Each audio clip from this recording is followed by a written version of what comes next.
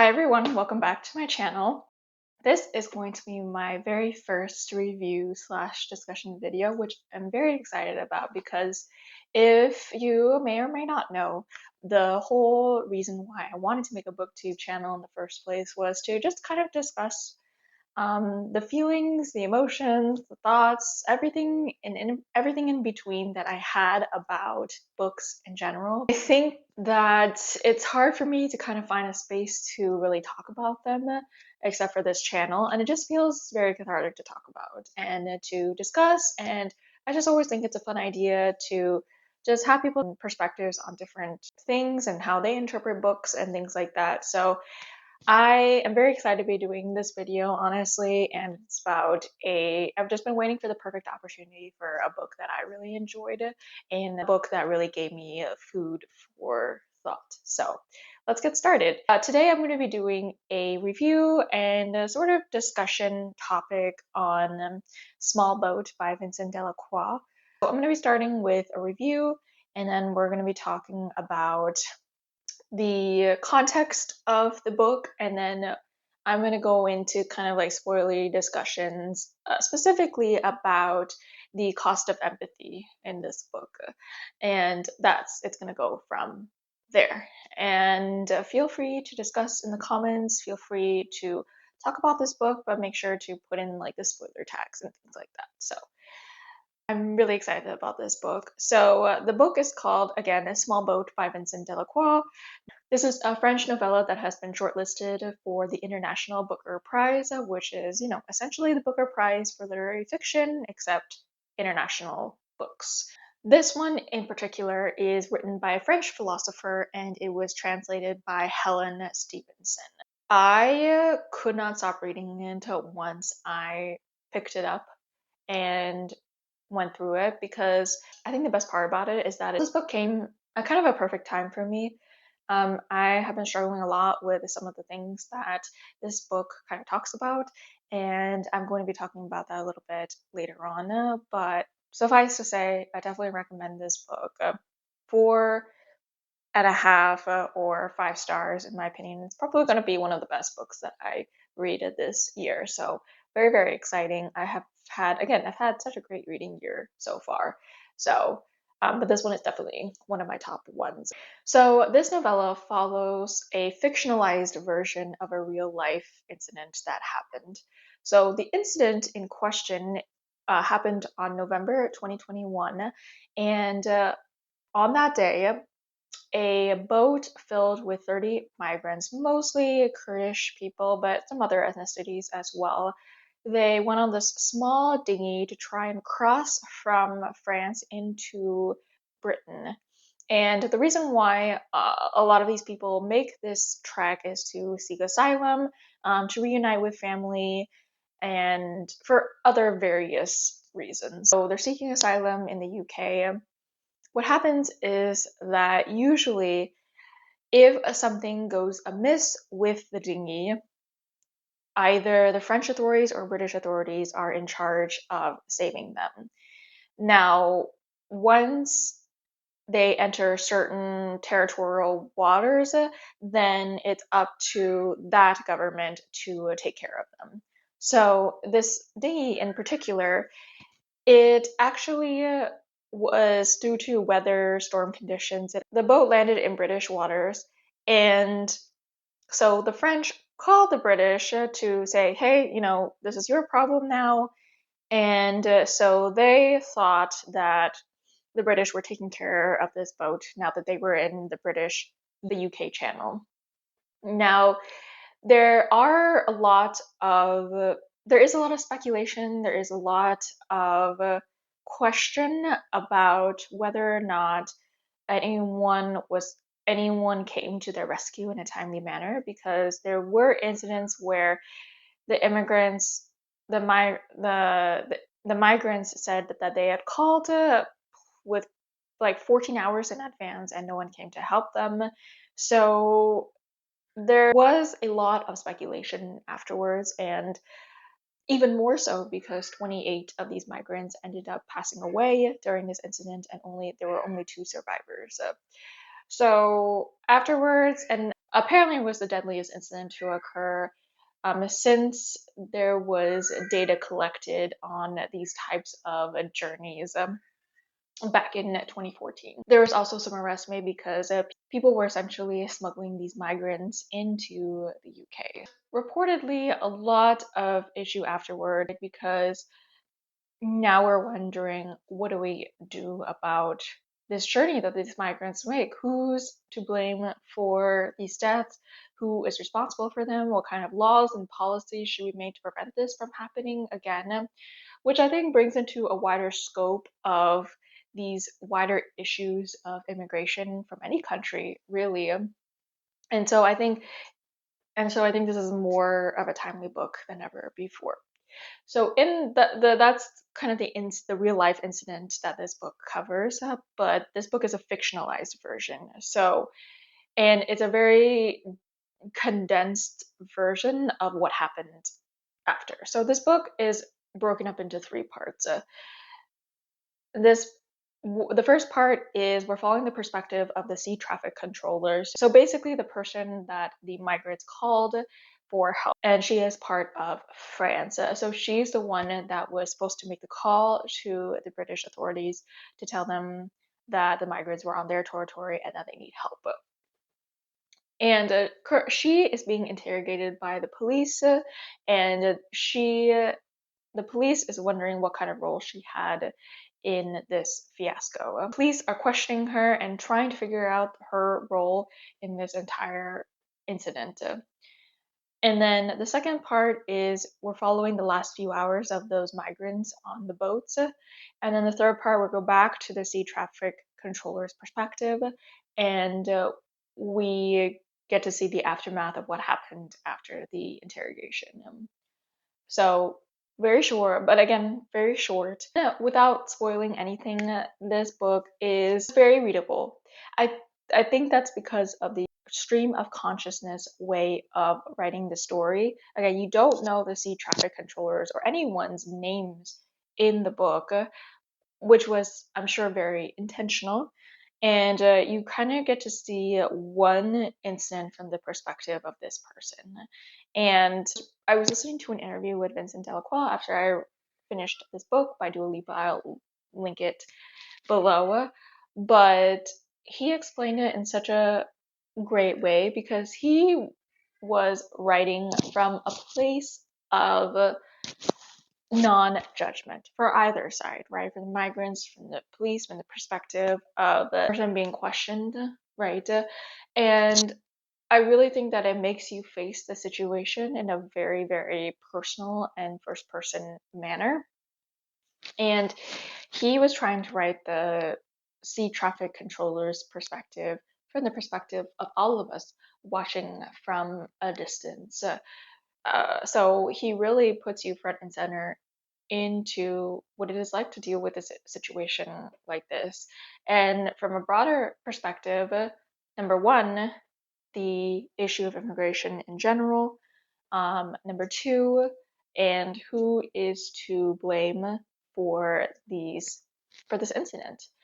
Um, and again, it does bring some existentialism into the book, and it may be because I read the Stranger by Albert Camus this month as well, but some parts really reminded me of that book with its existentialism. So it does insert a little bit of philosophy into it as well, and really talks about, like every day this person is trying to manage these calls every single day. How much responsibility do we all have? So I think in that sense, again, this book leaves you with a lot to think about, and it certainly left me with a lot to think about in such a prose that is so front and center. It also is quite readable because there's also no sense of a conversation that you would see in a book, like quotations and things like that. It all really kind of flows again in a stream of consciousness kind of way. So you kind of feel compelled to like keep reading, and it feels claustrophobic. Like you're really in this room, you're really in here being interrogated by the police, and being front and center into this person's perspective, which I honestly really appreciate. So again, highly recommend. That's kind of my short review of the book without any spoilers. So we'll kind of get into the spoilers now. And with the spoilers, I will be talking mostly about this overarching theme of empathy and the cost of empathy as well. So stick around if you have read it. This is something that actually happened. But again, if you want to join afterwards, this video will be here. So let's talk about this book. So I wanted to talk again about the overarching theme that I personally thought a lot about while I was reading this book, and that is the cost of empathy. I had to turn on the light. Clearly, on the days that I'm filming, the light doesn't want to cooperate with me. So, anyways, the cost of empathy. During this interrogation, we really get to learn more about this controller's job. And I'm going to refer to her as controller from now on because she doesn't have a name. Traffic controller is a lot to say every single time I'm talking about her. So I'll just be saying the controller's perspective, or she is also a she, so that might be it too. During the interrogation, she talks a lot about her job. And so her job again is to receive these calls from the migrants and from there use her best judgment to figure out how to pool the resources that she has or call other people in order to help her. As you can see, this is a very tense situation that she is in, right?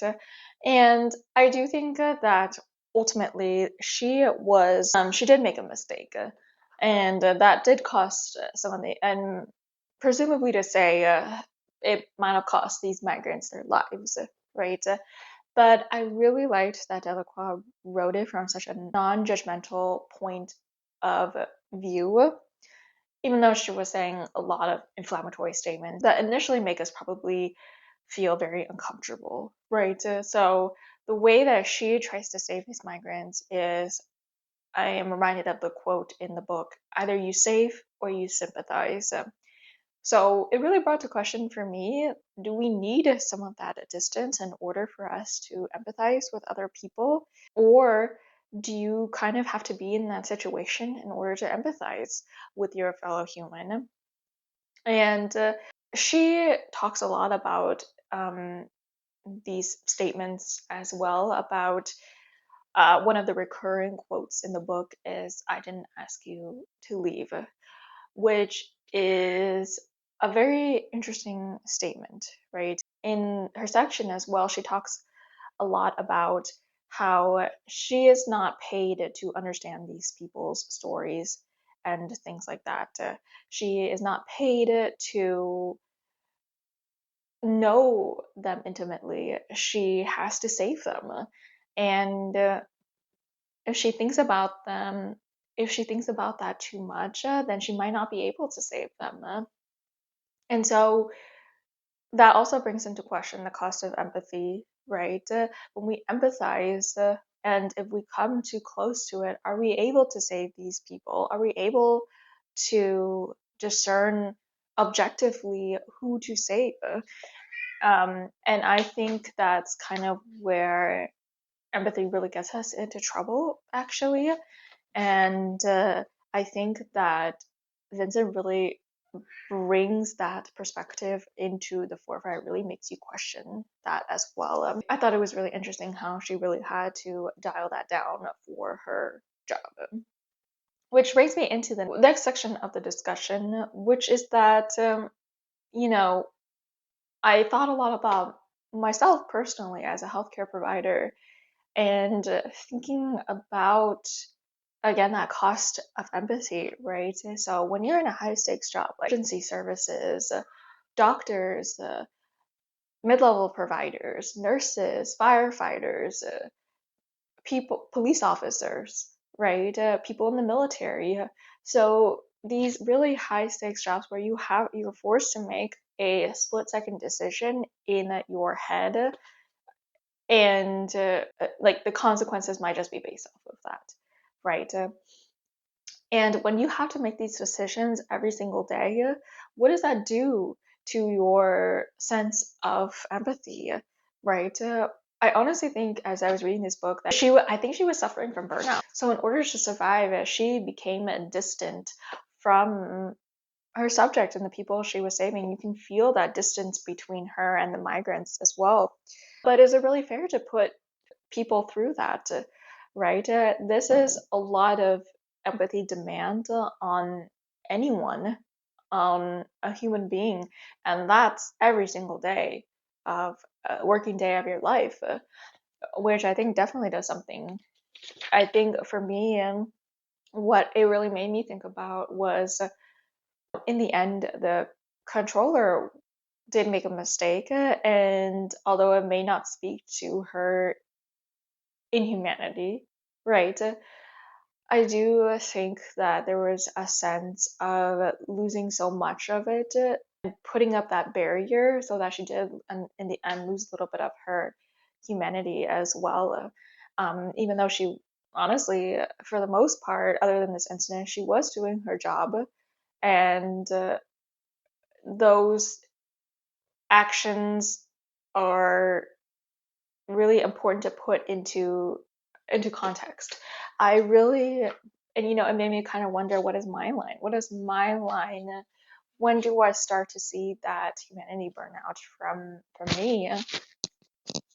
From me working a job like this, and so it was a little bit scary because a lot of these things that she thinks about are things I kind of ponder myself as well. She says it in quite crass ways, but you kind of get the picture of that. There was another quote that I talked about. Empathy is an idiotic luxury indulged in people who do nothing and who are moved by the spectacle of suffering.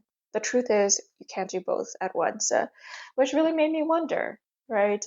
Do we need that distance again to empathize?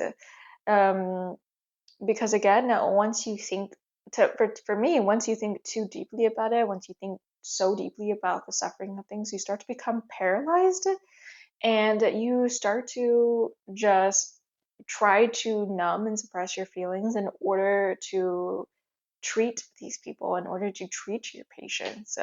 But then where is that? When is that line at too much, right? And the last part, I wanted to talk about empathy and morality, right? Because in this book, she does say a lot of inflammatory remarks about migrants, saying that I didn't ask them to leave. She does talk also about when she had other incidents where she saved people and no one congratulated her or no one said anything to her about that. She does tend to become quite, again, inflammatory, but it does really ask you to think about empathy and morality. She is the one doing these actions. She is the one managing these calls day in and day out. So in the book, she talks about how people judge her for that. People judge her like, well, how could you possibly do that? What you did? I would never do that. But the author talks about in his interview that he is writing the controller's perspective as us, as the outside, and he kind of likens it to a drama, right? People are watching from any sort of distance, and the migrants and the controller is on display for everyone to judge and to watch, and people will judge and give their opinions about what is happening here, right? And a lot of times I think we think that our empathy and uh, our feelings especially equate to morality. It equates to empathy because we feel bad, because we take pity on these people, right? We feel sorry for them. And to us, a lot of the times, and on social media, right, we think that that means that we are doing something for them, that our pity, our sorrows, our prayers are going to turn into action, when it really has not. I mean, sometimes it does, right? For sure. But a lot of times it does not. And empathy does not equal morality. And thinking about this suffering and things like that is not going to make migrants' lives better, which is a very harsh truth to internalize for me. In the book, the police really want the controller to admit to and to prostrate herself in the hopes that she will feel remorse, that she will feel sorry for what happened. But does that really change what happened? And in the future, does that really change what happened, right? But we see it. The controller talks about how other people see her as really callous and really inhumane for saying these things. But it brings into question, again, the other instance where she saved these people. It also brings into question, again, who is to actually blame? Because she was the last person on this food chain, right? What about the resources that she was given? What about the people, the higher ups in charge? What about the migrants? What about, and then it kind of goes on and on and on.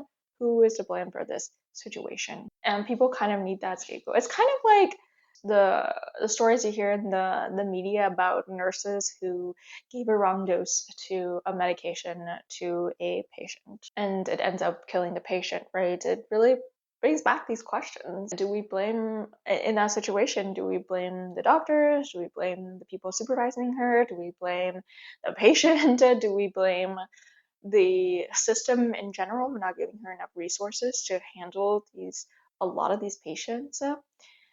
And it's easy to blame the nurse controller for these things. And I think that it also brings into question a policy of immigration, right? And in the second part, he brings the reader face to face with what the migrants are facing on this boat.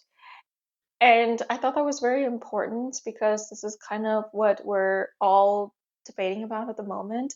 And we have to remember, like, how much are we accountable for other people, even people who seek asylum on our soils, who a lot of them are extremely desperate for an answer because to me, why would you go out onto this boat and risk your life if things weren't so dire like where you came from?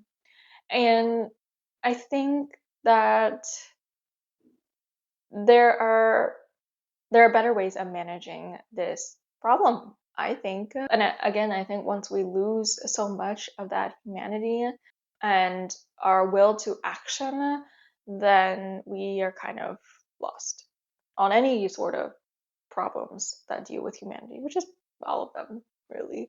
She also talks about she wants other people want her to feel a certain way so then they can feel okay about their own humanity.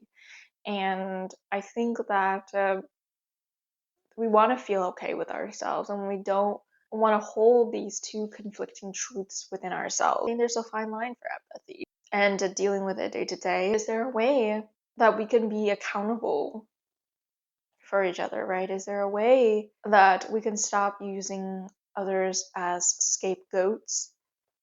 And is there a way that instead of using people as scapegoats, that we can then learn to kind of scapegoats that maybe aren't the problem, especially? And is there a way that we can use that empathy to then propel us into action? So, lots of food for thought here. Again, there's other wonderful, wonderful questions that Vincent Delecroix brings up in this book that I did not have time to talk about, but I think that I really wanted to talk mostly about this concept of empathy and how it really made me think and how it applies to my daily life. So it was a great book again, and I can't wait to own a physical copy. Needless to say, again, let me know what you thought about this discussion. If you've read this book and what you thought about it, what you thought about the different pieces of the book, how it was written, and everything in between. And I will see you in my next video. Bye.